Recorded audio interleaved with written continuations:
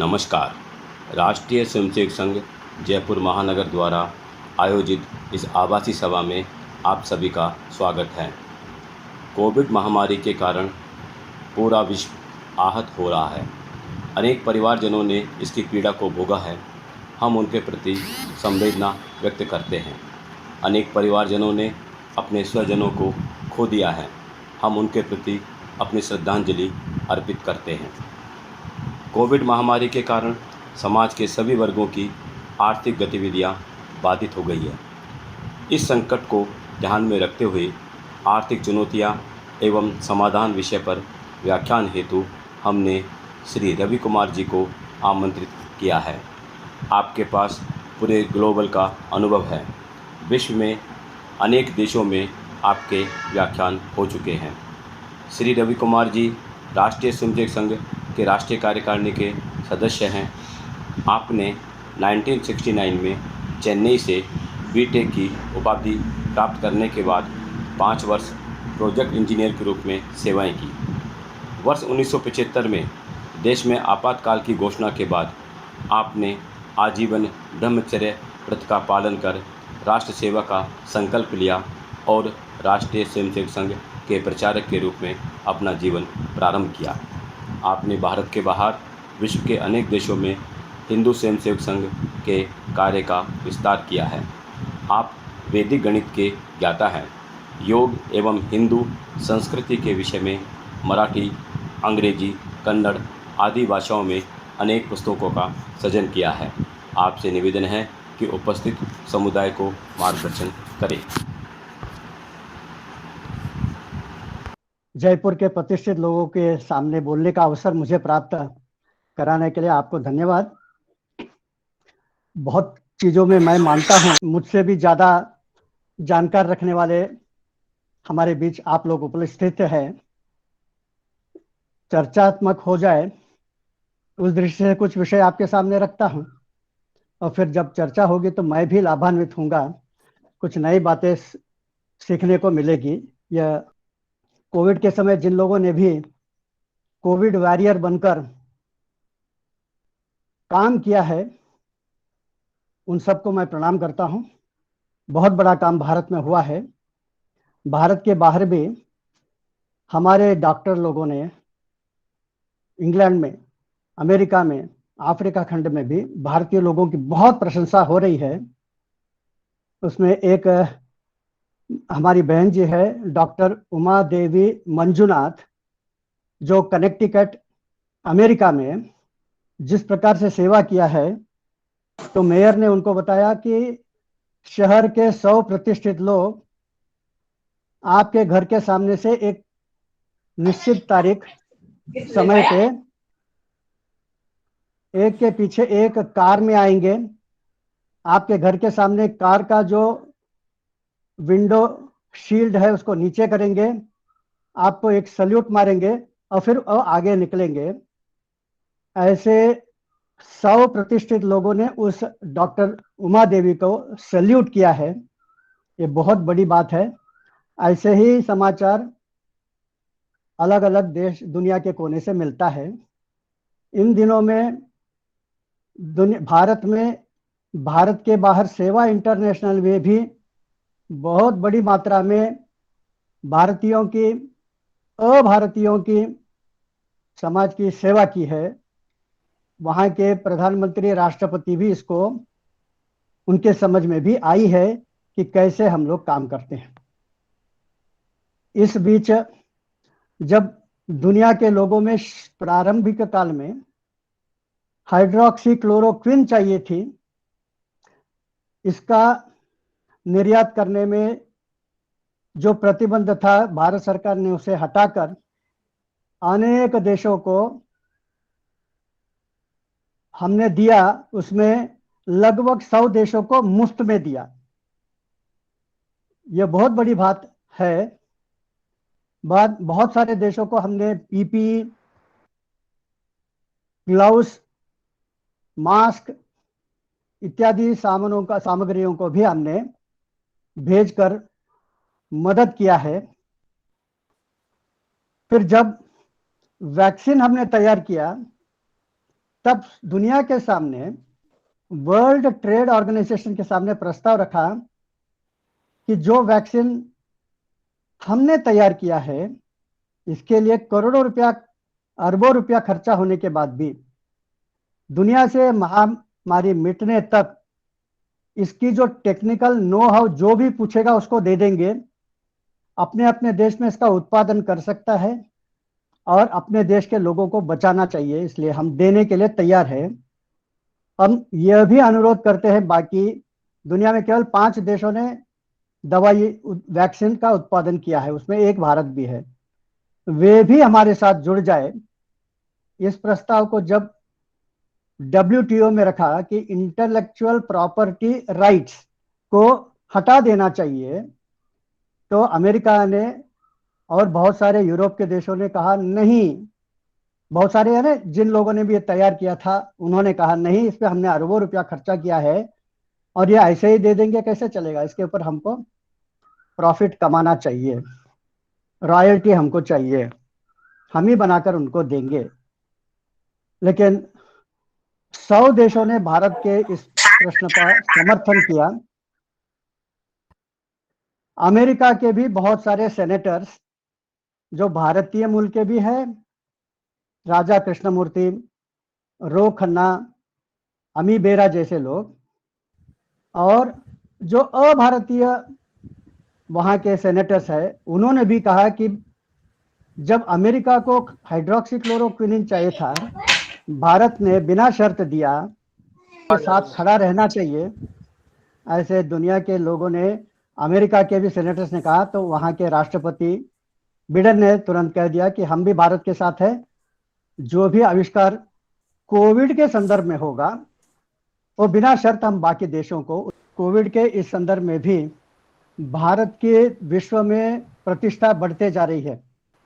केवल यह चीज यहाँ की मीडिया को समझ में नहीं आ रही है, वो दूसरी बात है। दुनिया भर में प्रशंसा हो रही है कि भारत कोविड के साथ जिस प्रकार से लड़ रहा है, शायद ही प्रगतिशील देश भी लड़ सकेगा। भारत की प्रतिष्ठा बढ़ रही है। जब ऑक्सीजन की कमी थी तो सुप्रीम कोर्ट ने कहा कि 7 दिन के अंदर भारत सरकार ने दिल्ली को ऑक्सीजन सिलेंडर उपलब्ध कराना चाहिए, लेकिन भारत सरकार ने जमीन आसमान हिलाकर इतने सारे देश के कोने कोने तक स्पेशल ट्रेन चलाकर ऑक्सीजन की भी पूर्ति जितना हो सके किया है। इसका भी दखल दुनिया ने लिया है। उनका कहना है कि समृद्धि देशों में भी बहुत सारे लोग मर रहे हैं, भारत से भी ज्यादा लोग अमेरिका में मरे हैं, जबकि वहां की इंफ्रास्ट्रक्चर वेलनेस के लिए, हेल्थ के लिए अच्छा है। तो इसका मतलब इसका भी श्रेय भारत को देना चाहिए। अब कुछ आंकड़े मैं बताऊंगा, उसका कैसे विश्लेषण करना ये मैं नहीं जानता हूं, आप बताएंगे मुझे तो मैं उसको समझ लूंगा। प्रतिदिन भारत में कोविड के पूर्व, जब ये महामारी वगैरह नहीं है, नॉर्मल सी थी, प्रतिदिन मरने वालों की संख्या 27,000। प्रतिवर्ष रेलवे के अपघात होंगे, रोड के अपघात होंगे, दंगल होंगे, आग लग गई है, किसी न किसी कारण से मरने वालों की संख्या प्रतिदिन 27,000, प्रतिवर्ष 1 करोड़ लोग है। इस महामारी में मरने वालों की संख्या 700 से 800 तक है प्रतिदिन। 27,000 से बहुत कम हो गया। यानी रेल अपघात नहीं हो रहे हैं, रोड एक्सीडेंट नहीं हो रहे हैं, जिसके कारण बहुत बड़े संख्या में लोग मरते थे, वो नहीं हुआ है। अब अभी 3 लाख लोग इस कोविड के संदर्भ में जिनका स्वर्गवास हो गया है। तो इसका क्या अर्थ निकालना मैं नहीं जानता हूं, आंकड़े आपके सामने रखा है, आप सोचिए। और भी कुछ बातें बताकर फिर मैं आज का मुख्य कि आने वाले दिनों में और इन दिनों में हमने किस प्रकार से व्यापार को बढ़ाना चाहिए उस पर आता हूं। विश्व का इतिहास को थोड़े थोड़े काल गणना में देखेंगे। 100 साल का इतिहास देखना है तो 1900 का वर्ष ले लेंगे, 1900, उस समय भारत गुलाम देश था। पूरे अफ्रीका के देश गुलाम थे, सारे साउथ अमेरिका के देश गुलाम थे, और अफ्रीका, एशिया खंड, दक्षिण अमेरिका के खंड, इस सब के ऊपर राज्य किसका था? तो यूरोप के देशों का था। कहीं इंग्लैंड की कॉलोनी थी, कहीं स्पेन, पोर्चुगल, डच, फ्रांस की कॉलोनी थी, बेल्जियम की कॉलोनी थी। ये दुनिया पे राज्य करते थे। तो 1900 में यही लग रहा था कि अब दुनिया इस प्रकार से रहेगी, यूरोप सबके ऊपर राज्य चलाएगा और हम लोग गुलाम बनकर रहेंगे।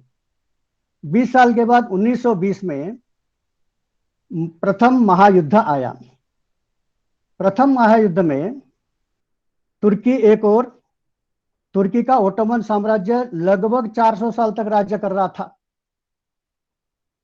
उनको सहायता, उनके साथ जर्मनी, ऑस्ट्रिया, और दूसरे पक्ष में थे जिसको अलाइड नेशंस कहते हैं, इनको एक्सिस कहते हैं। अलाइड नेशंस में इंग्लैंड और फ्रांस मुख्य रूप से।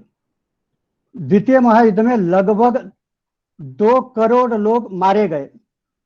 यूरोप के 2 देशों ने युद्ध किया और पूरी तरह से जर्मन बर्बाद हो गया। और इस युद्ध काल में, युद्ध में भाग न लेते हुए अमेरिका ने दोनों एक्सिस पावर और अलाइड पावर को बहुत सारे चीजों का बेचकर बहुत पैसा कमा लिया और अमेरिका बहुत समृद्ध हो गया। अब 1940 में आते हैं। 1940 में द्वितीय महायुद्ध हुआ। जो बर्बाद हो चुका था जर्मनी फिर से खड़ा हो गया। देखते देखते पोलैंड, नॉर्वे, फ्रांस के ऊपर वो अपने रणगाड़ी चलाया और वो जीतते जा रहा था। उस समय चर्चिल प्रधानमंत्री इंग्लैंड का वाक्य था, अगर हम इंग्लैंड लंदन में हार जाते हैं तो हम अपने गांव में जाकर वहां से युद्ध करेंगे, शहर से गांव जाएंगे, वहां युद्ध करेंगे। अगर गांव में भी हार जाते हैं तो हम अपने घर के अंदर से युद्ध करेंगे। घर में भी अगर जर्मन लोग घुस जाते हैं तो अपने कमरे से उनसे युद्ध करेंगे, लेकिन युद्ध करेंगे। तो इसका एक अर्थ ऐसा भी लगता है कि उनको भी लग रहा था कि अब जर्मनी के सामने हम टिक नहीं सकते हैं, इतना बड़ा राष्ट्र जर्मनी हो गया। 1920 में बर्बाद हुआ था जर्मनी, 1940 में बहुत महान हो गया। अब 1960 में आते हैं। द्वितीय महायुद्ध समाप्त हुआ। जर्मनी के 2 टुकड़े हो गए, पूर्व जर्मनी और पश्चिम जर्मनी। बहुत सारे देश की आर्थिक स्थिति, सारे यूरोप के देशों की आर्थिक स्थिति खत्म हो गई और 2 देश उभर कर आ गए, रूस और अमेरिका। और विज्ञान में, स्पेस टेक्नोलॉजी में और शस्त्रों के इसमें दोनों एक दूसरे से टक्कर करने लगे। अब दुनिया को यह लग रहा था अब यूरोप को भूल जाओ, केवल अमेरिका या रूस के सहारे हम किसी न किसी एक देश के साथ रहना चाहिए। तो टू पोलर ये वर्ल्ड ये स्थिर है ऐसा समझ रहे थे। इतने में 1980 आई। 1980 में पेट्रोल का दाम एकदम से गिर गया। बहुत सारे देशों की प्रगति कम हो गई, इसलिए प्रोडक्शन पेट्रोल की ज्यादा लेकिन उसका उपयोग कम, तो उनका दाम गिर गया। उन दिनों के आंकड़े में $27 का पेट्रोल बैरल $10 से भी नीचे गिर गया। उसके कारण भी बहुत सारे देश संकट में आ गए थे। रूस और अमेरिका भी संकट में आ गया। तो ये देखते हैं कि हर 20 साल के अंदर विश्व का इतिहास बदलता है। जो बड़ा देश है वो छोटा हो रहा है, छोटा देश बड़ा हो रहा है। तो 1980 में बहुत बड़ी बदल आई और थोड़े समय के अंदर सोवियत यूनियन, रशिया भी बिखर कर एक छोटा सा रशिया बन गया। अमेरिका कर्जा लेने वाला देश बन गया। उसे 1980 के बाद 2000 में आते हैं। 1980 में अमेरिका ने चीन के साथ दोस्ती किया। दोस्ती करने के पीछे 2 कारण। 1971 के युद्ध में हमने अमेरिका को एक बहुत बड़ा सबक सिखाया, भारत ने, कि हमने बांग्लादेश को मुक्त किया, अमेरिका के सारे पैटर्न टैंक्स को उड़ा दिया, उनके सेबर जेट्स को उड़ा दिया और जो 7th फ्लीट लेकर आया था हमारे समुद्र में भारत को बर्बाद करने के लिए, उसको भी पीछे हटना पड़ा। ये भारत का शौर्य इतिहास है। आज तक के विश्व इतिहास में कोई भी एक युद्ध में 12 दिन के अंदर ही इतना बड़ा बांग्लादेश ऐसा बड़ा भूभाग को किसी ने भी युद्ध में जीता नहीं है। किसी भी युद्ध में हमने 95,000 कैदी बनाकर लाए हैं, ऐसा भी नहीं हुआ है। हमने पाकिस्तान को समर्थन देने वाले अमेरिका और चाइना को हराया। तो उस समय निक्सन ने किसिंजर को चीन में भेजकर बताया कि तुम भारत को जितना हो सके उतना तंग करो, तुम्हारे देश की आर्थिक उन्नति का हम जवाबदार लेते हैं। और उन्होंने जो भी माल चाइना बनाएगा उसको हम प्रेफरेंस देकर हम खरीदेंगे। दुनिया में सबसे बड़ा खरीदने वाला देश अमेरिका है। अब भारत के ऊपर उन्होंने प्रतिबंध डाला कि अगर किसी भी देश में एक शर्ट भी बनता है और उसमें छोटा सा एक बटन, उसमें एक छोटा सा एक धागा भी अगर भारत से होगा तो हम तुम्हारे पूरे शर्ट को फेंक देंगे, आपसे व्यापार नहीं करेंगे। इसलिए भारत के अच्छे अच्छे मित्र देश थाईलैंड जैसे देश भी भारत से व्यापार नहीं रखते थे। भारत से कुछ भी सामान गलती से लाया तो अमेरिका हमको सारे चीजों के लिए बैन करेगा। 1980 के बाद जब रूस टूट गया तो 2000 में आते कि एक ही एक पावर था अमेरिका। और उस समय फिर उन्होंने बताया कि भारत के माल को भी हम योग्यता के अनुसार खरीदेंगे। अब उस समय Y2K एक प्रश्न आया था, यानी कंप्यूटर में एक विशेष समस्या थी जिसे Y2K कहते हैं। इसलिए उसको ठीक करना है तो 1990 के दशक में बहुत बड़ी मात्रा में भारत से कंप्यूटर का एक नए रूप में प्रोग्रामिंग लिखना है। उसके लिए भारतीय लोगों को बुलाया इंफॉर्मेशन टेक्नोलॉजी में। तो भारतीय लोग वहां गए और हम देखते हैं कि जो लोग छोटा काम करना पसंद नहीं करते हैं इसलिए वो लोग अमेरिका नहीं गए। इसलिए जो लोग बोले कि जो भी नौकरी मिलता है मिलने दो करके जो गए, आज वे वहां के बड़े बड़े कंपनियों के सीईओ बन गए हैं। बेस्ट ऑफ द ब्रेन्स न जाते हुए भी we have become drivers of the world economy. आप देखेंगे IBM का एक नंबर एक भारतीय है। अमेजॉन के बोर्ड ऑफ ट्रस्टीज में इंदिरा नूई पहुंच गई है। सत्या नडेला, सुंदर पिचय माइक्रोसॉफ्ट गूगल में है। ऐसे बहुत सारे भारतीय लोग वहां पहुंच गए। तो 2000 में एक ही रूस खत्म होने के बाद तो लोगों को लगा कि अब एक ही एक पुलिसमैन है दुनिया का, वह है अमेरिका। फिर भी ठीक है, वहां तानाशाही नहीं है, वह डेमोक्रेसी है। तो अब दुनिया में कहीं भी संघर्ष नहीं होगा, सब जगह पर शांति होगी, डेवलपमेंट होगा, इकोनॉमी होगी। अब हम आ गए हैं 2020 में। 2020 में देखते देखते अमेरिका की स्थिति धीरे धीरे कम हो रही है। चीन एकदम बढ़ते जा रहा है और चीन अब दुनिया को अपना ताकत दिखा रहा है। बहुत सारे देशों को उसने कर्जा दिया है, कर्जा नहीं दे वापस कर सकते हो तो तुम्हारी भूमि हम हड़प लेंगे। अलग अलग प्रकार की धमकियां दे रहा है। यह हम आज 2020 में देख रहे हैं। अब मैं ये नहीं कहता हूं कि कॉन्स्पिरेसी थियरी है, सच थियरी है कि क्या वुहान में ये मनुष्य निर्मित है, लेबोरेटरी से निकला है या किसी पक्षी से निकला है वगैरह वगैरह, थोड़े दिन के बाद मालूम हो जाएगा। लेकिन ये चाइना से कुछ साल पहले सार्स निकला था, सीवियर एक्यूट रेस्पिरेटरी सिंड्रोम, जो सांस के ऊपर है।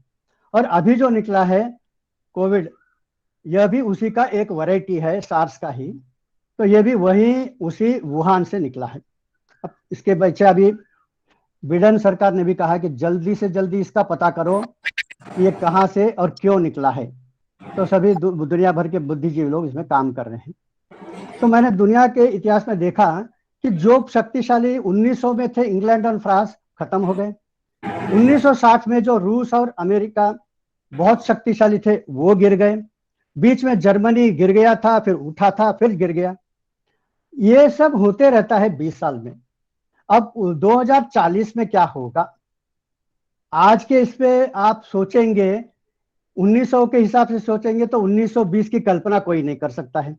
1920 के हिसाब से देखेंगे तो 1940 में क्या होगा किसी ने कल्पना नहीं किया था। वैसे ही हर 20 साल के बाद क्या होगा कोई कल्पना नहीं किया, उसके विपरीत होते गए हैं। अभी आगे चलकर 1940 में क्या होगा, 2040 में, ये आप सोच सकते हैं। केवल कोई एक पागल आदमी ही ठीक तरह से कल्पना कर सकता है। सामान्य दृष्टि से हम कल्पना करेंगे तो वह गलत साबित हो सकता है। अच्छा, अभी यह विषय तो यहीं रख देता हूं। कुछ बातें हुई है जो हमेशा के लिए सत्य है, वो बताता हूं। वह है, हमने अपने आंखों से देखा है कि जो लोग इंफॉर्मेशन टेक्नोलॉजी में इंटरनेट के माध्यम से कर रहे हैं, काम कर रहे हैं, work from office, work from home, वे लोगों के लिए 24 घंटा कम पड़ रहा है और बहुत उनसे काम लिया जा रहा है। बहुत वो काम कर रहे हैं, उनका उत्पादन बढ़ते जा रहा है। इन्हीं दिनों में रिलायंस कंपनी ने 11 बिलियन रुपया उन्होंने कमा लिया। 150 बिलियन, 11 ट्रिलियन रुपया, यानी 150 बिलियन डॉलर मार्केट कैपिटल उनका हो गया है कोरोना के काल में। उन्होंने फेसबुक से, उन्होंने गूगल से भी संधि की है और उनका अभी मार्केट, जियो का मार्केट बहुत बढ़ने वाला है। ये एक देख रहे हैं, अपने आंखों के सामने हम देखते हैं कि घर, हम तो बड़े बड़े मॉल जा नहीं सकते हैं, लेकिन इन्हीं दिनों में हमारे घर में सामान कहाँ से आता है, तो बहुत सारे जो व्यापारी बंधु है उन्होंने व्हाट्सएप बना लिया है, अपने उत्पादनों को फोटो में डाला है, वेबसाइट में डाल दिया है और सबको बता दिया कि आपको यहाँ आने की जरूरत नहीं है। आप इलेक्ट्रॉनिकली, डिजिटल टेक्नोलॉजी से हमें ऑर्डर दीजिए, पैसा दीजिए, आपको माल मिल जाएगा। अब मेरी बहन रहती है कोयम्बतूर में, मैं रहता हूं बॉम्बे में। बीच बीच में मुझे कुछ मिठाइयाँ, कुछ ना कुछ वो भेजती रहती है। क्या करती है, बम्बई के अच्छे अच्छे दुकानों के नाम इंटरनेट से ढूंढ लेती है, वहां पेमेंट कर देती है, वहां से सामान यहाँ आ जाता है। यह सब बातें अब सामान्य हो गया है हमारे लिए। इसको कहते हैं कि डिजिटल वर्ल्ड। अब कोविड खत्म होने के बाद भी हम सब डिजिटल वर्ल्ड में रहेंगे। दूसरा है एजुकेशन। आज बहुत सारे बच्चों का पढ़ाई इंटरनेट के माध्यम से टीचर ले रही है, परीक्षा भी ले रही है। छोटे छोटे बच्चे, पहली क्लास दूसरी क्लास के बच्चों के लिए भी क्लासेस चालू है। जो लोगों को आप कुछ संगीत सिखाना चाहते हो, भरतनाट्यम सिखाना चाहते हो, ऐसे भी क्लासेस शुरू हो गए हैं और ये लोग पैसा कमा रहे हैं।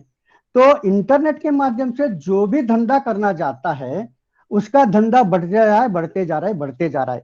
आने वाले वर्षों में ये कम नहीं होगा, इसलिए सब लोगों को इंटरनेट सीखना जरूरी है। अब सब लोग सीख पाएंगे नहीं सीख पाएंगे मैं नहीं जानता हूं, लेकिन एक समय हमारे पास पीतल के बर्तन थे, तब उसमें नीचे कलाई लगाने के लिए कोई आता था।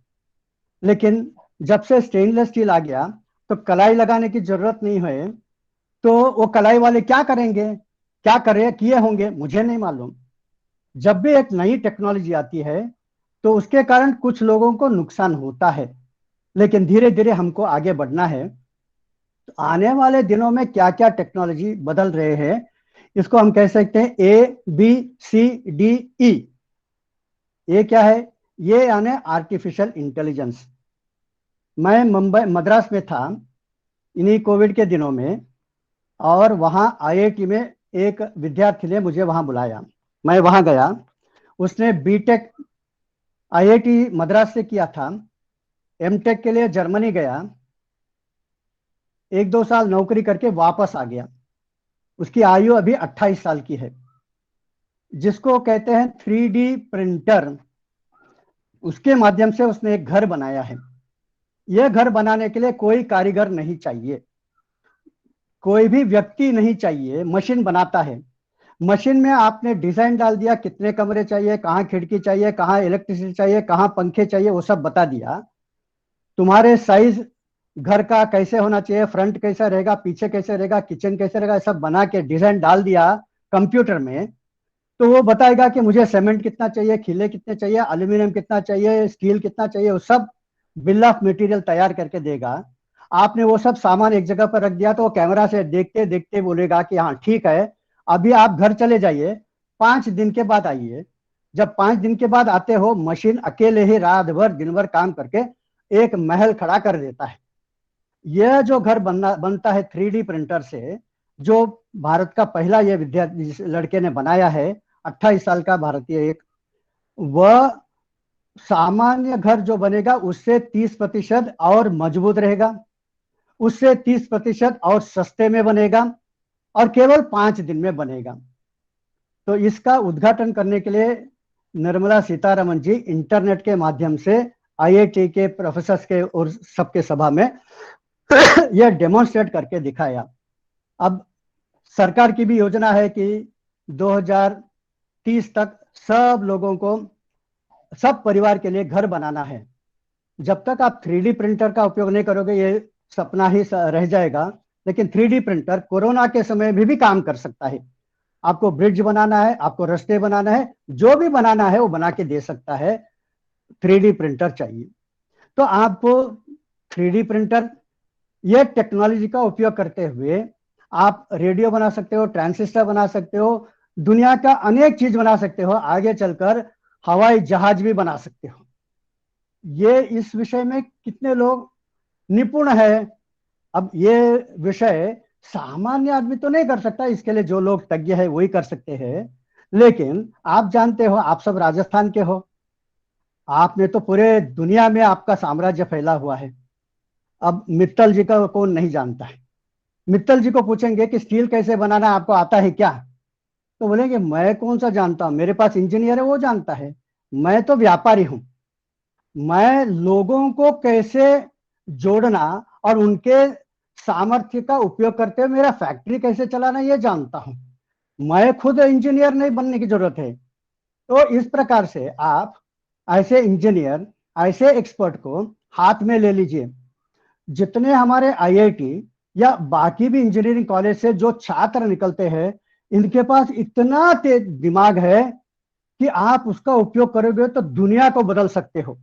मेरे पास ऐसे बहुत सारे आविष्कार है जो दुनिया को बदल सकते हैं, जो भारतीय 28, 30, 40 साल के विद्यार्थियों ने बनाया है। लेकिन इनके पास पैसा नहीं है तो साइंटिस्ट है, और इनको धंधा करने आता नहीं है। आज आपके सामने एक बहुत बड़ा एक दुनिया खड़ा है। उदाहरण के लिए, सारे प्रांतों में एक तकलीफ होती है, दुनिया भर में एक तकलीफ होती है कि एग्रीकल्चर, खेती के उत्पादन के बाद आपने उसमें से गेहूं निकाल लिया, उसमें से चावल निकाल दिया, बाजरा निकाल दिया, बाकी जो झाड़ है उसको क्या करें, उसको लोग जलाते हैं। जलाने से प्रदूषण बढ़ता है, कार्बन डाइऑक्साइड बढ़ता है। ये मत कीजिए। तो मेरा एक मित्र कर्नाटक में, बेंगलोर में, उसने एक मशीन बनाया है कि उसमें उसने वीडियो भी बनाया है। वहां के मुख्यमंत्री येडियुरप्पा आते हैं कि जो घास फूस बच गया है, जो पेड़ से कटने के बाद छोटे छोटे डाली है, वो सब उस मशीन में डालता है। 3 मिनट के अंदर वह उसको खाद्य पदार्थ बनाकर वहां नीचे ब्रिक्स, यानी उसको क्या कहेंगे, भट्टी से जो निकलता है ना, तो छोटे छोटे ब्रिक के माध्यम से वो नीचे गिराता है। अब इसको, ये तो आपको डबल फायदा हो गया। एक तो ये डाली और पत्ते को जलाना नहीं पड़ेगा, और उसका एक खाद्य बनकर वहीं वो डालता है। तो वरना बड़े बड़े देशों में, फ्रांस में भी क्या करते हैं, ये सबको इकट्ठा करते हैं और समुद्र के किनारे कहीं एक शहर ले जाते हैं और वहां उसको जलाते हैं, ताकि समुद्र में वो उसका प्रदूषण जाएगा। लेकिन ले जाने का खर्चा भी, यहाँ तो ले जाने के खर्चा भी नहीं है। और उसने 3 प्रकार के मशीन बनाए, 5 टन, 10 टन और 15 टन का प्रति घंटे। तो इस प्रकार से वो जो बनाया है, उससे आप देश का नहीं दुनिया का ही नक्शा बदल सकते हो। ऑस्ट्रेलिया में तो प्रतिवर्ष कहीं ना कहीं फॉरेस्ट फायर बन जाता है। ये जो सूखे पत्ते हैं उसको अगर आपने निकालकर बाहर नहीं किया तो वहां आग लग जाती है। ये सब बंद हो सकता है, लेकिन इसको व्यापारी को ही नहीं मिला है। इसको धंधा करने वाला को ही ये बोलता है कि मैं तो साइंटिस्ट हूँ, आगे का क्या कर सकते हैं।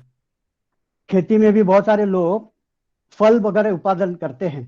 एक व्यक्ति ने एक ऐसे एक जाल कपड़ा बनाया है, एक टेंट बनाया है, उसके अंदर आप रखोगे तो 15 दिन तक आपका सड़ेगा नहीं, और सड़ने के पहले आपको मालूम हो जाएगा कि यहाँ फंगस आने वाला है या नहीं।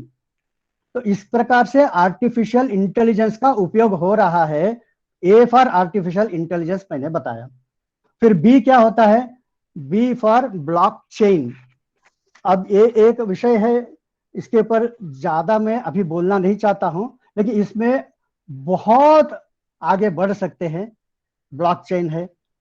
दूसरा है कि नए नए प्रकार के बैटरी भारत में भी बन रहा है, क्योंकि केवल आप लिथियम आयन बैटरी बनाओगे तो वो 25 साल के बाद आपके लिए जहर बन जाएगा। उसको कहाँ फेंकना, प्रदूषण करेगा जहां भी फेंकोगे। लेकिन हाइड्रोजन सेल बना रहे हैं टाटा, वैसे ही सिलिकॉन का भी लोग बना रहे हैं। अलग अलग प्रकार के बैटरी जो बनेगा। और अभी अभी एक व्यक्ति ने 60 टन का एक ट्रक बनाया है, जो दुनिया का एक नंबर जो माना जाता है ना, इलॉन मस्क, उसके पास भी 30 टन का एक ट्रक है बैटरी से चलने वाला। इसका जो है 60 टन का चलने वाला उसने ऑटोमोबाइल ट्रक बनाया है, और वह 400 किलोमीटर तक एक बैटरी से चलेगा और 60 टन को ले जाता है। 400 किलोमीटर जाने वाली बैटरी उसका है। बैटरी भी उसने, हर चीज वो केवल देशी है, विदेश से, चाइना से कुछ भी नहीं है। ऐसे हमारे पास बहुत अच्छे अच्छे लोग हैं, इनको आप पकड़िए तो आप आगे बढ़ सकते हो। तो B for battery, B for blockchain, और तीसरा जो है बायोमेट्रिक्स। आपने देखा होगा, आप किसी भी भीड़ के किसी दुकान में जा रहे हो तो आपका टेम्परेचर लेता है, आपको हाथ नहीं लगाते हुए लेता है, आपके शरीर के अंदर क्या चल रहा है यह वो निकाल लेता है। हम लोग जब विदेश जाते हैं आते हैं तो वहां कैमरा के ओर देखो कहता है, वो आपको आंख से ही पता कर लेता है कि इसका पासपोर्ट असली है या नकली है। आगे चलकर वो आपके आंख से ही पता करेगा आपको कैंसर है या नहीं, आपको कितने प्रकार के रोग है। और ये रोग आज थोड़े दिन के बाद रोग 1% से भी कम मात्रा में है, तभी से आपको बता देगा कि कैंसर आने वाला है, कैंसर आने वाला है। तो तुरंत आप दवाई खा के ठीक कर सकते हो। वरना जब क्रिटिकल अवस्था में जाते हो तो करोड़ों रुपया खर्चा करना पड़ता है। तो आप, ये मेडिकल फील्ड में जितनी प्रगति इन दिनों में हो गई है कोविड के समय, कल्पना के बाहर है। इन सब चीजों पे हमने ध्यान देना चाहिए। सी में एक है क्लाउड कंप्यूटिंग और एक है क्रिप्टो करेंसी। क्रिप्टो करेंसी के बारे में दो लोग दो विचार रख सकते हैं। इसका मतलब है कि नकली पैसा। नकली पैसा का मतलब है कि हम सब आजकल धीरे धीरे पैसा देना लेना कम होते जा रहा है, सब कुछ हम इंटरनेट से ही व्यापार करते हैं। फिर भी भारत में केवल 10 करोड़ लोग इंटरनेट के माध्यम से पैसा लेन देन करते हैं, और यही चीज 9 गुना ज्यादा चाइना में है। इसलिए भी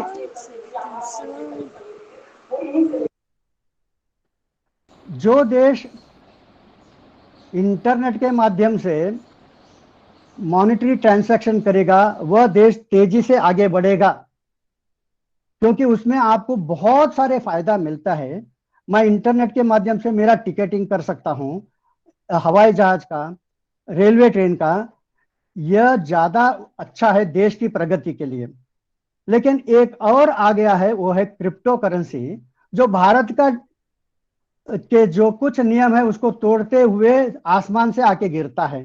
और मेरा जो कुछ ट्रांजैक्शन होता है, लगभग 10 लाख लोग, भारतीय लोग, टैक्स से बच रहे हैं क्रिप्टो करेंसी के कारण। भारत सरकार ने जल्दी से जल्दी इसके ऊपर कुछ नियम बनाने चाहिए, और इस क्रिप्टो करेंसी में जो भी देश आगे है वो आगे निकल जाएगा। तो हमारा देश टेक्नोलॉजी के हर एक चीज में अपना एक बनाना चाहिए।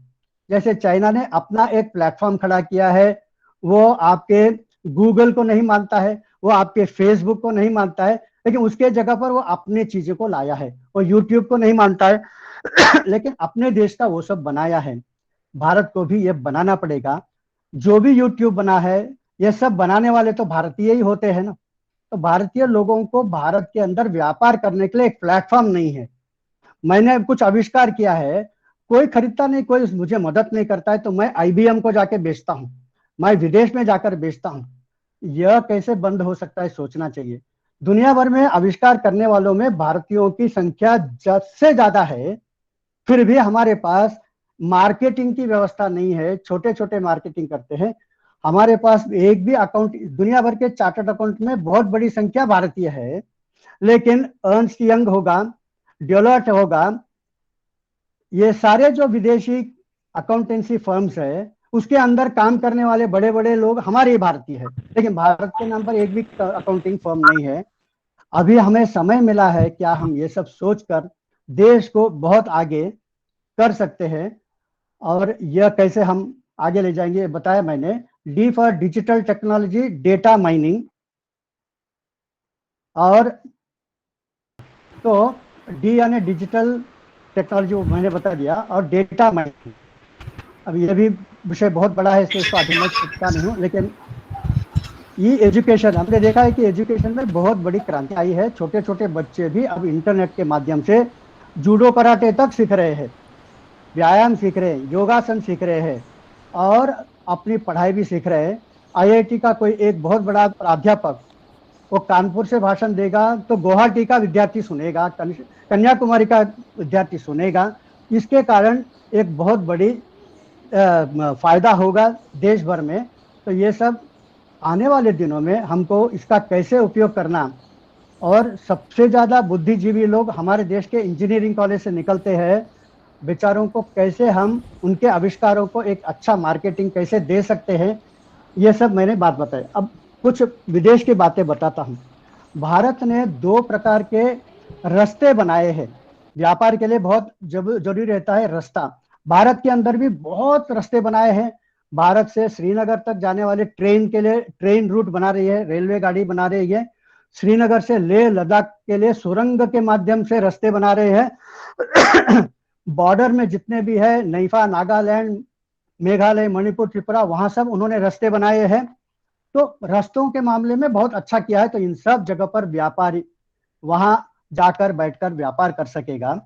एक रास्ता बन रहा है भारत के मोरे, एक शहर है जो बर्मा का बॉर्डर है, वहां से लेकर सिंगापुर तक रास्ता जाएगा, वहां से बर्मा, बर्मा से थाईलैंड के मेसोर तक बन गया। तो आगे रास्ता तो पड़ा है, पहले से बना हुआ है। तो मोरे से लेकर पूरा बर्मा होते हुए मेसोर तक भारत सरकार बना रही है। तो इन सब जगह पर आपको धंधा शुरू करने के लिए एक बहुत बड़ा अवसर आने वाले दिनों में मिलेगा। फिर ये रास्ते में से, बीच में से, बर्मा से सीधा वियतनाम तक एक रास्ता भारत बना रहा है। ये सब रास्ता हम लोग बना रहे हैं, इसलिए हमारे व्यापारियों को वहां व्यापार का केंद्र खोलने के लिए, मॉल खोलने के लिए, थिएटर खोलने के लिए, सब प्रकार के दुकान खोलने के लिए आपको अवसर मिलने वाला है। दूसरा है, आप समुद्र के मार्ग से, गुजरात से, बंबई से, गोवा से ईरान तक पहुंच जाइए, छाबार, छाबार से लेकर अफगानिस्तान, छाबार से लेकर सेंट्रल एशिया में ताशकंद है, उज्बेकिस्तान है, कजाकिस्तान है वहां, और सीधा मॉस्को, रशिया तक एक रास्ता बनाया है भारत, बन रहा है, बना है। अफगानिस्तान के लिए तो माल जाना शुरू हो गया है। ईरान सरकार ने कहा है कि जितने भी माल आप अफगानिस्तान के लिए भारत सरकार यहां ला रही है, उसके ऊपर हम कोई भी चुंगी नहीं लगाएंगे, और आपने यह रास्ता बनाकर दे दिया है, तो इसमें से आप अपना माल सीधा अफगानिस्तान तक ले जा सकते हो, यहां से आप उज्बेकिस्तान, ताशकंद वगैरह ले जा सकते हो। इस प्रकार का बिना ज्यादा चर्चा किए बहुत बड़ा जो रास्ता हमने बनाया है, इसके कारण बहुत सारे खाड़ी देशों के लिए फायदा होगा, अरब देशों के लिए फायदा होगा। अरब देशों में बहुत बड़ी क्रांति हो गई है इन दिनों में। इजराइल के साथ इनकी दुश्मनी, जब कुरान लिखा गया था तब पहला आयत जो लिखा गया था 620 में, तब से लेकर ये लोग इजराइल को अपना दुश्मन समझ रहे हैं। लेकिन अब 1400 साल के बाद मोहम्मद बिन सलमान, जो सऊदी अरेबिया का युवराज शेख है, उसने इजराइल से हाथ मिलाया है। उसने बहरीन को बताया, सुल्तान को, कि आप जाकर इजराइल का एक एम्बेसी बहरीन में शुरू कीजिए। वैसे इजराइल का एक embassy United Arab Emirates Abu Dhabi में आ गया है, इजिप्ट में आ गया है, मोरक्को में आ गया है, अनेक जॉर्डन, ऐसे अनेक मुस्लिम देशों ने इराक से संधि बना दिया है, क्योंकि टेक्नोलॉजी में, व्यापार में इजराइल के साथ रहना ही सब देशों के लिए भला है, ये समझ गए हैं। आप बोलेंगे अभी तो पैलेस्टीन में तो झगड़ा हो रहा है। पैलेस्टीन में झगड़ा नहीं हो रहा है, इजराइल का केवल गाजा के साथ झगड़ा है, पैलेस्टीन के साथ नहीं है। लेकिन हमारे लोग गलत बात बता रहे हैं।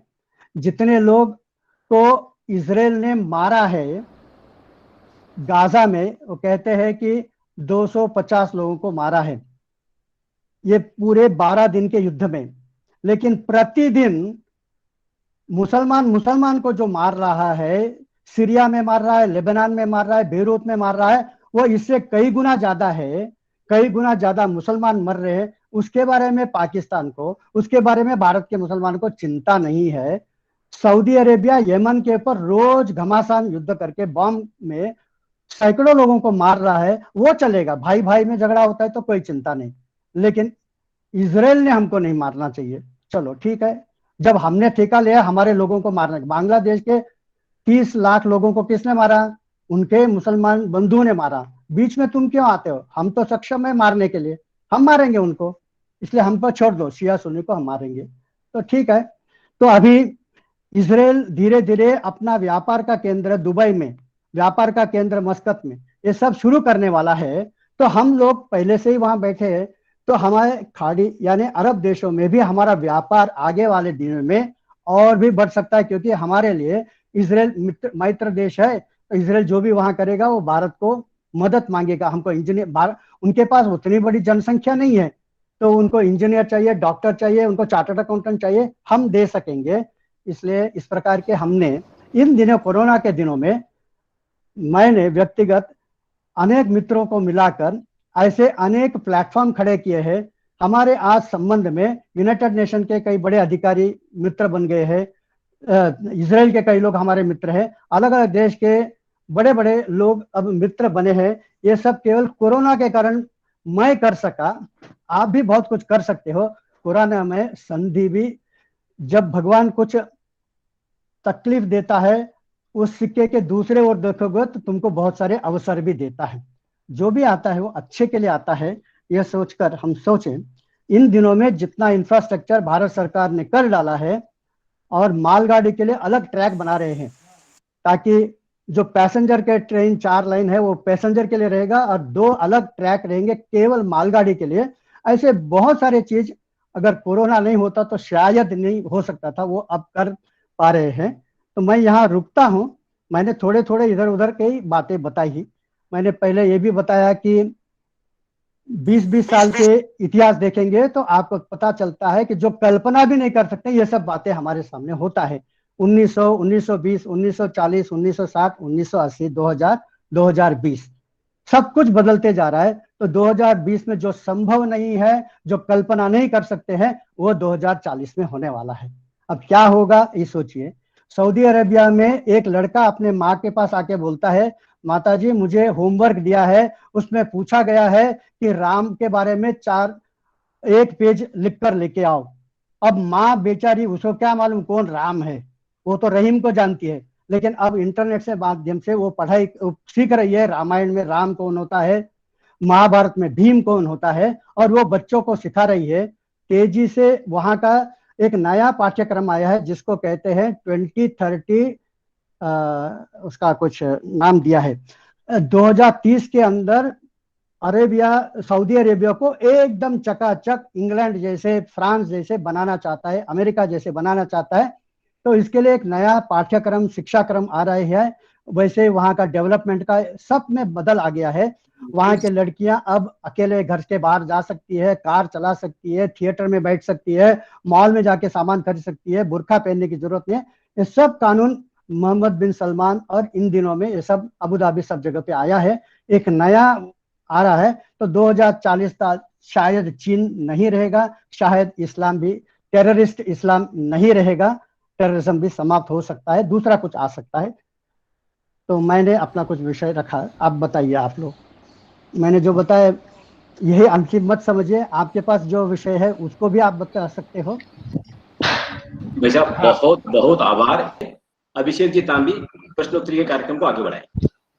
हाँ, नमस्कार भाई साहब, आवाज आ रही है मेरी? आ रही है। भाई साहब, कुछ प्रश्न हैं। भारत जी बूथरा का प्रश्न ये है कि जो आपने 3D टेक्नोलॉजी की बात करी मकान बनाने के लिए या अन्य चीजों डिजिटल। के लिए, इस हाँ जी, हाँ, 3D। हाँ टेक्नोलॉजी को कैसे, डिजिटल टेक्नोलॉजी जो आपने 3D टेक्नोलॉजी बोली थी, उसको थोड़ा सा और आप एक्सप्लेन देंगे कि वो टेक्नोलॉजी कैसे काम आती है और हम उसे कैसे अपने अपनी दिनचर्या में या अपने व्यापार में कैसे यूज कर सकते हैं अपने आने वाले वक्त के लिए। अच्छा। डिजिटल टेक्नोलॉजी का मतलब है जो भी सामान आप उत्पादन करना चाहते हो फैक्ट्री में, जिसमें मनुष्य को लगाते हो, जो भी काम मनुष्य कर सकता है मशीन आपसे अच्छा कर सकता है। समझ में आ रहा है?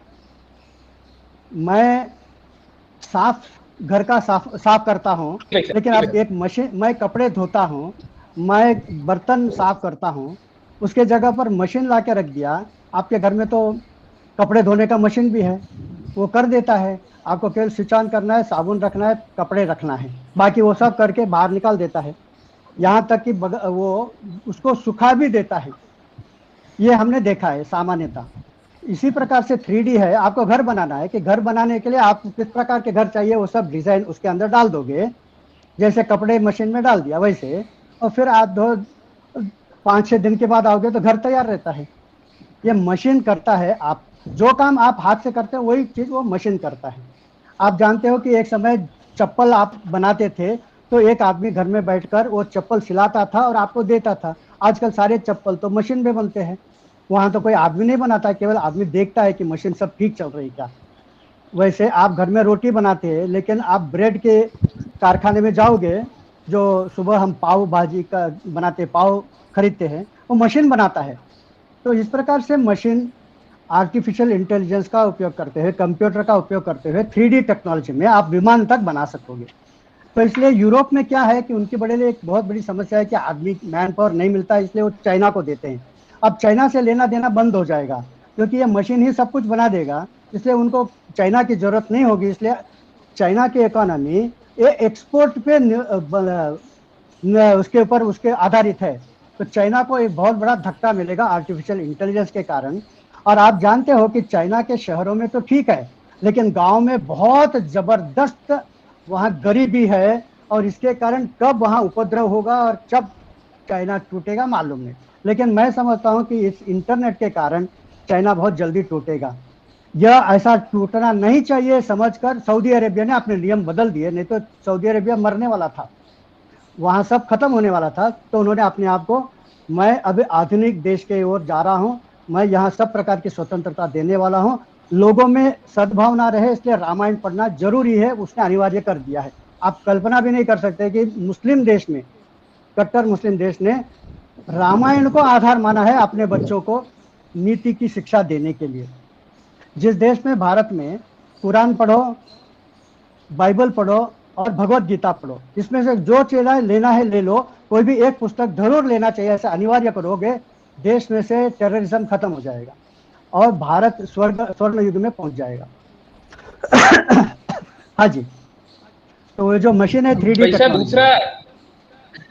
दूसरा सवाल कुछ लोगों का था, काफी लोगों का एक साथ एक ही सवाल आ रहा है। कमलेश जी शर्मा है, कमल जी मेहता हैं चित्तौड़गढ़ से।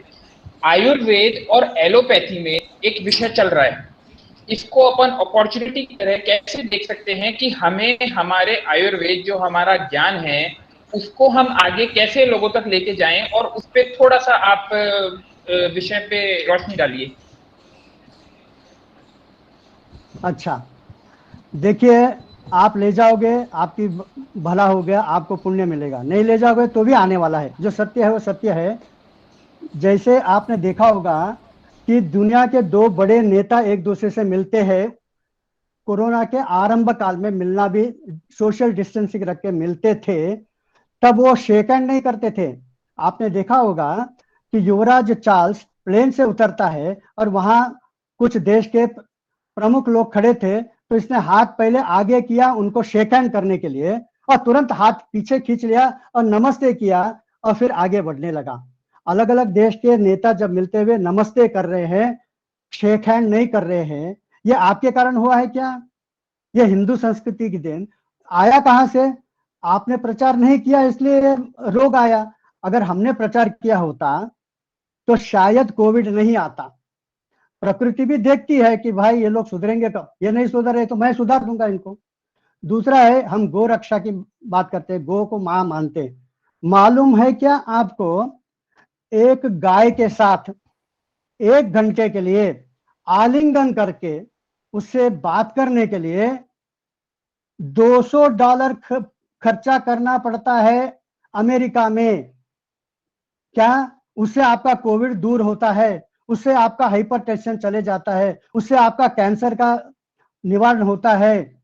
14,000 तो बड़ी बात नहीं है, $200 दे देंगे, लेकिन हमको गाय चाहिए, गाय के साथ हमको खेलना है 1 घंटे के लिए। ये तुमने नहीं प्रचार किया, क्यों नहीं किया? इसलिए महामारी को आना पड़ा। अब महामारी के काल में आयुर्वेद के हर चीज आएंगे, आपको ले जाना है, आप ले जाएंगे तो श्रेय मिलेगा, आपको पुण्य मिलेगा, नहीं लेंगे दुनिया ले लेगी और वो अपने नाम से उसका मार्केटिंग करेगी। हाँ जी। ठीक है भाई साहब। एक भाई साहब, आपने जिक्र किया था अभी आपके संबोधन के बीच में कि अभी एक नई अपॉर्चुनिटी जो जनरेट हुई है और विषय जो चल रहा है फाइनेंशियल वर्ल्ड में, वो था ब्लॉकचेन, जिसे आज हम लोग बिटकॉइन, इथेरियम के नाम से जानते हैं। जबकि भारत सरकार का रुख इसमें क्लियर नहीं है, तो क्या इसको अपॉर्चुनिटी की तरह इसमें काम करना चाहिए, इसमें इन्वेस्टमेंट या ट्रेडिंग करनी चाहिए, या अपने को इससे दूर रहना चाहिए?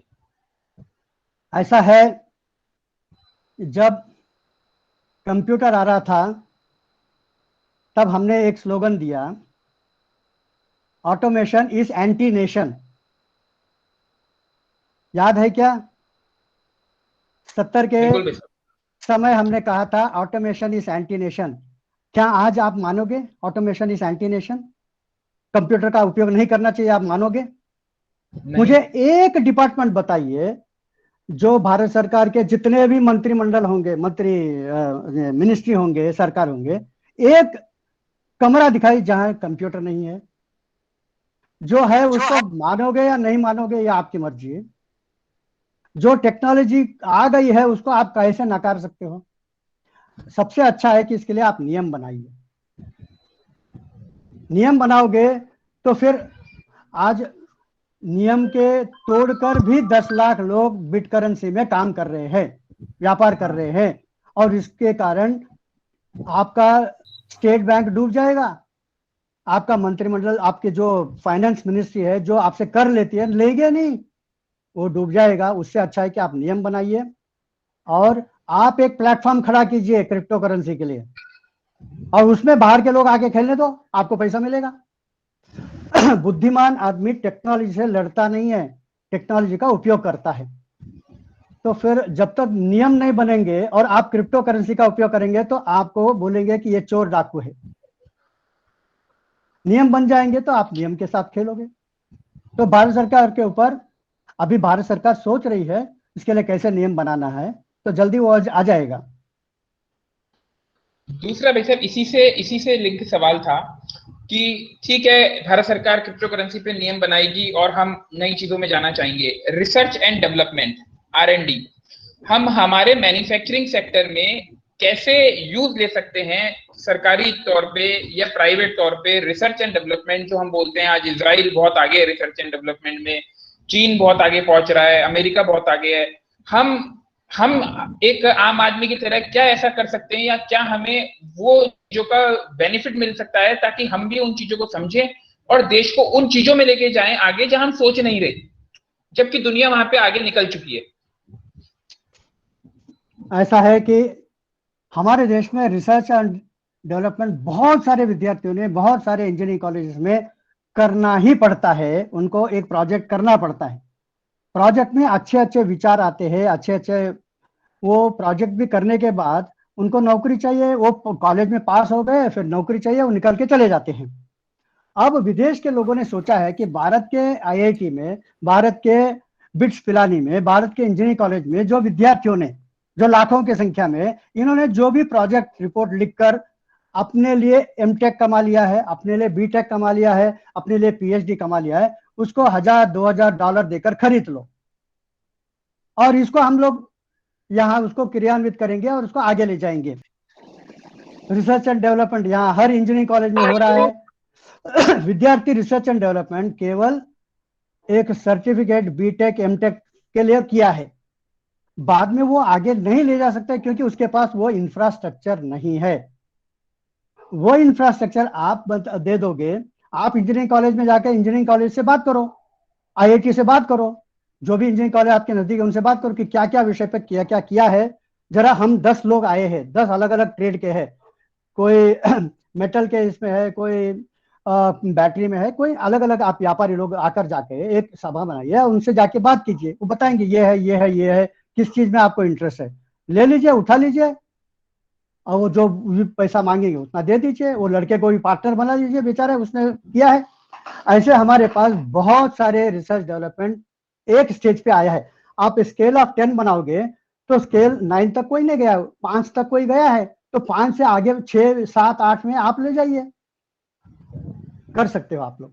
उनके पास पैसा नहीं है, आपके पास पैसा है, आप समझते हो, थोड़ा दोनों लोग मिल जाएंगे तो हो जाएगी, नहीं तो विदेश के लोग आके ले जाएंगे। भाई साहब, संपत सिंह जी हैं मेवात से, उनका आपसे अनुरोध है कि मेवात क्षेत्र में इंटरनेट के माध्यम से बहुत ज्यादा ठगी हो रही है, तो किस तरीके से वो इससे लड़ सकते हैं। और विषय यह है कि इंटरनेट के माध्यम से ठगी को कैसे रोका जा सकता है और उसके लिए क्या स्टेप्स लिए जा सकते हैं साइबर सिक्योरिटी को लेकर। देखिए, ऐसा कोई एक टेक्नोलॉजी है क्या जिसमें फ्रॉड नहीं होता है? वरना पुलिस की क्या जरूरत है? पुलिस इसलिए कि चोर लोग होते हैं। सब जगह पर एक भय होना चाहिए, कानून होना चाहिए, तब कम फ्रॉड होगा। इंटरनेट के लिए भी कानून है और यह कानून जब लागू होगा तो लोग डरेंगे। आप 4 लोगों को पकड़ेंगे तो 5वां आदमी सुधर जाएगा, इतना ही है। तो इंटरनेट है और इसमें साइबर सिक्योरिटी है, उसका फ्रॉड भी होता है और यह सब आपको कॉलेज में सिखाया जाता है। ये कोई नई सब्जेक्ट नहीं है, इसलिए वो सरकार कर रही है और भी ज़्यादा चाहिए तो ज़्यादा करेगी। जहाँ जहाँ फ्रॉड होता है आप रिपोर्ट करेंगे तो सरकार भी कदम उठाएगी। ऐसा कोई जगह नहीं मेवाड़ में ही फ्रॉड हो रहा है, ऐसा नहीं, सब जगह पे होता है और सब जगह पे पकड़े जाते हैं। ऐसा क्या है कि पकड़ा नहीं जाएगा, ऐसा नहीं है, पकड़े जाते हैं। तो मेवाड़ है, राजस्थान है, रेगिस्तान है, इसके बारे में बताता हूँ। इजराइल भी रेगिस्तान है, लेकिन वो दुनिया का स्वर्ण भूमि बन गया है, नंदनवन बन गया है। कैसे बना है बताता हूँ।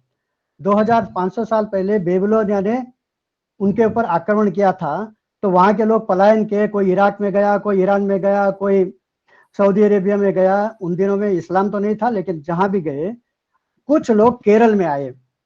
फिर 2200 साल पहले भी उनके ऊपर आक्रमण हुआ, उस समय भी कुछ लोग 7 पुरुष और 7 महिलाएं महाराष्ट्र के अलीबाग में आए। 2000 साल से वे भारत में रहे, कहीं भी इनके ऊपर किसी ने भी अत्याचार नहीं किया। केवल एक टिप्पू सुल्तान ने और एक पोर्चुगीज लोगों ने उनके ऊपर धर्मांतरण करने का प्रयत्न किया। केरल के चेर राजा ने कभी नहीं किया। महाराष्ट्र के शिवाजी महाराज से लेकर किसी ने भी उनके ऊपर आंच आने नहीं दिया। 2500 साल के बाद जब इजराइल की स्थापना हुई 1948 में, तो 1900 शुरू में तो रशिया से, जर्मनी से, यूरोप से यहूदी लोग भागते भागते अपने देश में आए। फिर बाद में महाराष्ट्र से, गुजरात से, केरल से लोग, आज 80,000 मराठी भाषा बोलने वाले यहूदी लोग इजराइल में है, यहां से वे गए। लेकिन इनकी चमड़ी हमारे जैसे है, रशिया के जैसे, जर्मनी के जैसे सफेद रंग की नहीं है। तो ये जो यहूदी जो सफेद रंग के लोग हैं, उनके हाथ में राज्य सरकार है, क्योंकि उनकी संख्या बहुत ज्यादा है। हम तो केवल 80,000 है, वहां की जनसंख्या 80 लाख है, तो 1% लोग है। तो उन्होंने क्या कहा, ये जो तेल अवीव बड़ा शहर है, रामले बड़ा शहर है, जेरूसलम बड़ा शहर है, यहाँ केवल हम लोग रहेंगे।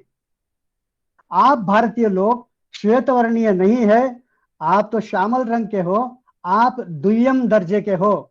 या तो आप वापस भारत चले जाओ या तो आपको रेगिस्तान भेज देंगे। इन लोगों को पकड़ पकड़ कर उन्होंने रेगिस्तान में भेज दिया और रेगिस्तान आज नंदनवन हुआ है। तो भारतीय कृषि के कारण, भारत के किसानों के कारण। तो आप क्यों राजस्थान को नंदनवन नहीं बना सकते हो? बना सकते हो। तो मैंने कल आपके एक सरकारी अधिकारी है, उनसे मैंने बात किया, आप लोग जानते भी होंगे, जसवंत सिंह खत्री, जो हमारे क्षेत्र संपर्क प्रमुख है। और उनको बताया कि जिस एक भारत की महिला जो हमारे संघ चालक की बेटी है, बंबई में रहती है, उसने इजराइल में एक कंपनी खोला है और इजराइल के उत्पादन में उसके कारण वो जो जिस प्रकार की बीज तैयार करती है, उसके कारण उनके देश का उत्पादन बहुत 10 गुना नहीं 10% फायदा हो गया है। पेपर में छप के आता है उसका नाम कि आपके साइंटिस्ट, हमारे देश के साइंटिस्ट विदेश में जाकर काम करते हैं। वो रहती है बंबई में और बोलते हैं कि क्या मैं राजस्थान को अच्छा नंदनवन नहीं बना सकता हूँ, लेकिन कोई उपयोग ही नहीं कर रहा है। तो आप लोग सोचिए कि राजस्थान का रेगिस्तान में भी कुछ बातें कर सकते हैं जो हमने आज नहीं किया है। तमिलनाडु में भी कुछ प्रांत, कुछ जगह है जहां रेगिस्तान है और वहां चोल राजा ने आज से 2000 साल पहले उन्होंने ऐसे ऐसे वृक्ष ढूंढ निकाले जो ऐसे रेगिस्तान में भी उग सकते हैं। तो वहां के कुछ वृक्षों को लेकर आप राजस्थान में लगाइए। तो करने के लिए बहुत कुछ है, थोड़ा सा दिमाग लगाइए।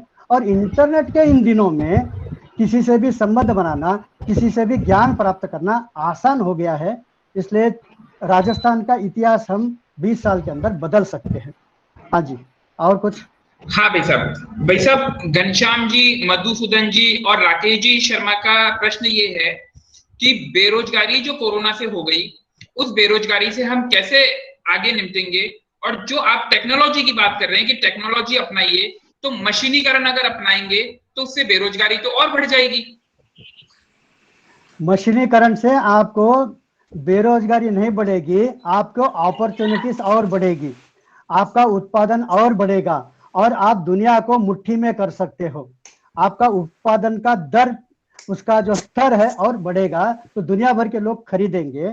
तो दोनों देखने वाले के इसके नजरिया पे है कि आप पूरे अफ्रीका को क्या दे रहे हो। जब आपका उत्पादन बढ़ेगा तो आप अफ्रीका को भी खिलाओगे, अफ्रीका को भी आप भेजोगे। आप गरीब रहोगे तो किसका उपयोग होगा? तो टेक्नोलॉजी आपको अमीर बनाएगी, अमीरी के साथ आपके स्तर जो है उसका और भी आगे बढ़ेगा। तो इससे आपको बहुत सारे लाभ भी हो सकते हैं। टेक्नोलॉजी के कारण आपका माइंड सेट बदलना होगा और कुछ नहीं है। दूसरा आपने बताया कि बेरोजगारी, मैं यही बता रहा था कि आज हमारा market capital Bombay stock exchange का 25 तारीख की, इसी महीने में 25 तारीख को इकोनॉमिक टाइम्स में जो हेडलाइंस आया था पहले पृष्ठ में, वो मैं बताता हूं। क्या कहता है कि आज हमारी मार्केट कैपिटल $3 ट्रिलियन हो गई है। हम तो सोच रहे हैं कि $5 ट्रिलियन कैसे बढ़ना। तो 1 ट्रिलियन से 2 ट्रिलियन जाने के लिए हमको 10 वर्ष लगे, लेकिन 2 ट्रिलियन से 3 ट्रिलियन आने में 4 साल से भी कम हुए। 4 साल तक निरंतर एक ही सरकार है और इस सरकार की देखिए, उस 4 साल में 1 साल या सवा साल कोरोना में चले गया, लॉकडाउन में गया, फिर भी हमारे उत्पादन जीडीपी बहुत बढ़ गया है। ये कैसे हुआ? टेक्नोलॉजी अवसर भी देता है। जिन लोगों ने भी समझा है इस टेक्नोलॉजी को, वो आगे बढ़ते जा रहे हैं। तो आपको थोड़ा सा माइंडसेट बदलना होगा और अपॉर्चुनिटी बहुत असीम है। थोड़ी सी फ्लेक्सिबिलिटी चाहिए। भाई साहब इसी विषय में आगे मनोज जी भाई साहब ये प्रश्न करते हैं कि भारत में बेरोजगारी तो बढ़ी है कोरोना की वजह से और चिकित्सा व्यवस्था चरमराई है, तो क्या इसका एक कारण जनसंख्या भी है? तो उनका कहना यह है कि हमें क्या जनसंख्या नियंत्रण कानून की तरफ भी सोचना चाहिए, क्योंकि हमारे देश में जो जनसंख्या विस्फोट हो रहा है, क्या वो एक विषय हो सकता है चिकित्सा व्यवस्था चरमराने का? ऐसा है कि आप टीवी और रेडियो और ये न्यूज़पेपर से मत जाइए।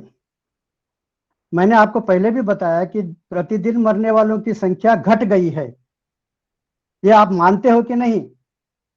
जी बिल्कुल, रेल जी अपघात नहीं बिल्कुल, हो रहा है, रोड अपघात नहीं हो रहा है, तो प्रतिदिन मरने वालों की संख्या पहले से कम है, ये मानते हो कि नहीं? बिल्कुल भाई साहब। बहुत मात्रा में कम हो गई है, लेकिन टीवी वाले क्या दिखा रहे हैं कि प्रेत को गंगा में बहा रहे हैं, फिर वो खड्डे खोद के डाल रहे हैं। ये कौन कर रहा है, जरा पता करो। जब पर मनोज जी भाई साहब का वैसे प्रश्न ये है, क्या पॉपुलेशन कंट्रोल एक्ट लाने से चीजें कंट्रोल होंगी? देखिए, पॉपुलेशन कंट्रोल एक्ट लाना चाहिए, लेकिन सबसे बहुत जरूरी है कि आपका एजुकेशन सिस्टम, हर चीज को कानून से लाने के लिए आप कोशिश करोगे तो आपको आधा सफलता मिलेगा, पूरा सफलता नहीं मिलेगा। लेकिन लोगों को समझाओगे तो उससे आपको ज्यादा सफलता आएगी। अब अभिषेक जी, पॉपुलेशन कंट्रोल कुछ वर्गों में ज्यादा है क्योंकि वो डरे हुए हैं। जिस समय उनका डर निकल जाएगा, पॉपुलेशन अपने आप कम हो जाएगा। वहां के महिलाओं को, खास करके उन लोगों के महिलाओं को शिक्षा देना बहुत जरूरी है। उस वर्ग के महिलाओं को खेल कूद में ले जाइए। जो महिला खेलकूद में आगे है, जो महिला 4 प्रांत देशों में खेलकूद के कारण इधर उधर जाती है, लोगों से मिलती है, उसका सोशल इंटरेक्शन बढ़ता है, वो ज्यादा बच्चों को नहीं जन्म देगी। जो गुलामी में रहती है वो देती है मजबूर के कारण। तो सोशल इश्यूज को थोड़ा सा सोशल एंगल से भी देखिए। केवल एक सरकार ने करना चाहिए, सरकार ने करना चाहिए, सरकार ने करना चाहिए, ये बात जो टीवी वाले कहते हैं, इससे बाहर निकलिए। सरकार को अपना काम करने दो, हमको भी तो जागृति लाना है। हम में से कितने लोगों ने कुरान पढ़ा है, हम में से कितने लोगों ने बाइबल पढ़ा है। मैं कहता हूं कि आपसे भी ज्यादा संकट में है इजराइल। हमारे तो एक ही एक यहाँ पाकिस्तान एक शत्रु है। इजराइल के अंदर 20% लोग, अरब लोग हैं जो इस्लाम को मानते हैं, और वहां 8 देश, और हर एक देश इससे बड़ा है, इजराइल से बड़ा है। तो तुर्की बड़ा है, ईरान बड़ा है, इराक बड़ा है, सऊदी अरेबिया बड़ा है, इजिप्ट बड़ा है, लेबनान, जॉर्डन, ये भी बड़े देश है। फिर भी वो डट के खड़ा है, वो डरता नहीं है, और हम लोग डर रहे हैं। तो कहीं ना कहीं माइंड सेट की गलती है, हम गुलाम है अभी भी। हमने किसी भी प्रश्न का उत्तर हो सकता है, ये आत्मविश्वास खो गए हैं। सोचेंगे तो उत्तर धड़ाधड़ धड़ाधड़ धड़ाधड़ मिलेगा। तो आपको चाहिए देशभक्ति। देशभक्ति सिखाने का 2 मार्ग होता है, एक धर्माचार्य और एक है शिक्षा पद्धति। धर्माचार्य भी बहुत बड़ा काम करते हैं देशभक्ति, धर्म के प्रति, और ये जो नैतिक शिक्षा देने में उनका बहुत बड़ा योगदान है। लेकिन हम उनको सम्मान कहाँ देते हैं? हम प्रश्न तो उत्तर चाहते हैं, लेकिन हम उसके लिए कीमत नहीं चुकाएंगे, कैसे चलेगा? किसी भी एक मुसलमान बच्चों को पूछो कि तुम्हारा धर्म ग्रंथ का नाम बताओ, बताएगा। तुम्हारा धर्म प्रवर्तक कौन थे, बताएगा। 10 प्रश्न पूछोगे तुरंत बताएगा, 5, 6, 7 साल का बच्चा भी। हिंदू बच्चों को पूछो कि श्री कृष्ण का जन्म कहाँ हुआ है, नहीं बता पाएगा। ये नरेंद्र मोदी की गलती है, उसने हमको नहीं सिखाया, हमारे बच्चों को नहीं सिखाया। ये कहना आसान है लेकिन सही नहीं है। केवल भावनावश से कोई प्रॉब्लम सॉल्व नहीं होता है। तो थोड़ा सोचिए, बेरोजगारी है क्या सचमुच? बेरोजगारी दिखाया जो जाता है वो है क्या? आज अपॉर्चुनिटीज इतना सारा आया है, हम उसका उपयोग क्यों नहीं करते हैं? यही कोरोना इजराइल को है, लेकिन इजराइल के उत्पादन कैसे बढ़ रहा है? यही बीमारी बाकी देशों में, वहां उत्पादन कैसे बढ़ रहा है? वहां की जनता थोड़ी सी डिसिप्लिन्ड है और तुरंत टेक्नोलॉजी के साथ अपने आप को बदल लेती है। आप लोग भी बदल सकते हो, और आपके कारण आपके जो नीचे वर्ग के लोग हैं बदल जाएंगे। अभी आपको व्यापार करना बहुत आसान है कि आप चार्टर्ड अकाउंटेंट 10 लोग जयपुर में बैठने के बजाय 5 लोगों को आप गांव में बोल दो ना कि आप गांव में चले जाओ, वहां से आप मेरा बैलेंस शीट लाकर यहाँ भेज दो। तो आप अपना जो काम है शहर से आप गांव के ओर जाइए ना। जब गांव में जाओगे आपको कोरोना नहीं आएगा, आपका कैंसर नहीं आएगा, टीबी नहीं आएगा, और सस्ते में आप यही पगार ले सकते हो, और सस्ते में आपका बचत भी ज्यादा हो जाएगा। धीरे धीरे आपको गांव की ओर जाना पड़ेगा। जब पढ़े लिखे लोग गांव में जाएंगे तो गांव में आत्महत्या कम होगी, गांव में के लोग धार्मिक रहेंगे, गांव के लोग अच्छे रहेंगे, तो वह पुण्य भी आपको मिलेगा। तो थोड़ा सोचिए हटकर, बहुत कुछ हो सकता है। हाँ जी भाई साहब, अब समय को देखते हुए आखिरी प्रश्न लूंगा। हाँ हाँ बिल्कुल। अशोक जी और कौशल जी अरोड़ा का प्रश्न है, देश में बड़े स्तर पर प्राइवेटाइजेशन हो रहा है, ये हाँ जी। प्राइवेटाइजेशन होना ठीक है या नहीं है? देखिए, प्राइवेटाइजेशन ही होना चाहिए। डेमोक्रेसी में सब कुछ एक ही गवर्नमेंट के हाथ में सब पावर नहीं देना चाहिए। केवल डिफेंस जो है, अब कुछ चीजें गवर्नमेंट ने अपने हाथ में रखना चाहिए। बाकी ज्यादा से ज्यादा जैसे शिक्षा है, कुछ ना कुछ राज्य सरकार के पास, कुछ पावर्स केंद्र सरकार के पास होना चाहिए, और बाकी सब प्राइवेटाइज करना चाहिए। उदाहरण के लिए एक प्रश्न पूछा जाता है कि ये जो किसान आंदोलन हो रहा है, उसका तो पंजाब में विरोध हो रहा है, बाकी प्रांतों में विरोध नहीं हो रहा है, और इसके कारण पूरा दिल्ली में यातायात सब ठप हो गई है। आप मेन सड़क से जा ही नहीं सकते हो, घूम फिर के जाना पड़ता है। तो केंद्र सरकार ने क्या करना चाहिए, उसने बताना चाहिए कि ये जो हमने रिफॉर्म लाया है, 3-4 कानून लाए हैं, ये हम राज्य सरकार के ऊपर छोड़ देते हैं। तुमको लागू करना है करो, जो राज्य सरकार करना चाहते है करो, बाकी लोग नहीं करो। तो उससे क्या हो जाएगा कि पंजाब वाले बोलेंगे हमको नहीं करना है, मत करो, और मध्य प्रदेश वाले कहेंगे कि हमको करना है। जिन प्रांतों ने किया है, 1 साल के बाद आपको समझ में आ जाएगा कि जिन्होंने भी यह रिफॉर्म्स, ये जो कुछ आधुनिकरण किया है, वो आगे निकल जाएंगे, पंजाब पीछे हट जाएगा। तब पंजाब अपने आप सुधर जाएगा, आपको आंदोलन करने की जरूरत नहीं है, अपने आप ठीक हो जाएगा। तो आप जरा हट के सोचेंगे तो आपको, मूर्ख बनकर सोचेंगे तो आप आगे बढ़ सकते हो। प्रश्न पूछने के बजाय आप सुझाव भी दे सकते हैं, आप सब बुद्धिजीवी लोग हैं, आपके अनुभव से बता सकते हैं। हाँ जी साहब, बहुत बहुत आभार।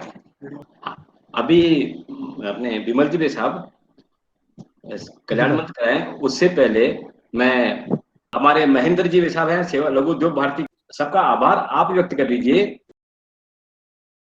आज का इतना सुंदर कार्यक्रम रखने के लिए पहले तो हमारी महानगर की कार्यकारिणी का आभार प्रकट करता हूं, और आपके कारण हमें रवि कुमार जी भाई साहब को जैसे का उद्बोधन सुनने को मिला, और मैं चाहूंगा कि ये उद्बोधन हमें आगे भी निरंतर मिलता रहे, मार्गदर्शन मिलता रहे। भाई साहब ने आज जो बोला है वो मेरे ख्याल से लघु उद्योग, और इस तरीके से कहूँ कि भारतीय अर्थव्यवस्था के संदर्भ में बहुत कुछ नई तरीके से सोचने के लिए हमें विवश किया है। हम आगे भी इनका मार्गदर्शन लेते रहेंगे। आप सभी लोग यहाँ पर आए, पधारे, और इतनी संख्या में दर्शकगण हमारे से जुड़े, आप सभी का आभार, धन्यवाद, नमस्कार। सर्वे भवन्तु सुखिनः, सर्वे सन्तु निरामया, सर्वे भद्राणि पश्यन्तु, मा कश्चित् दुःखभाग् भवेत्। ओम शांति शांति शांति।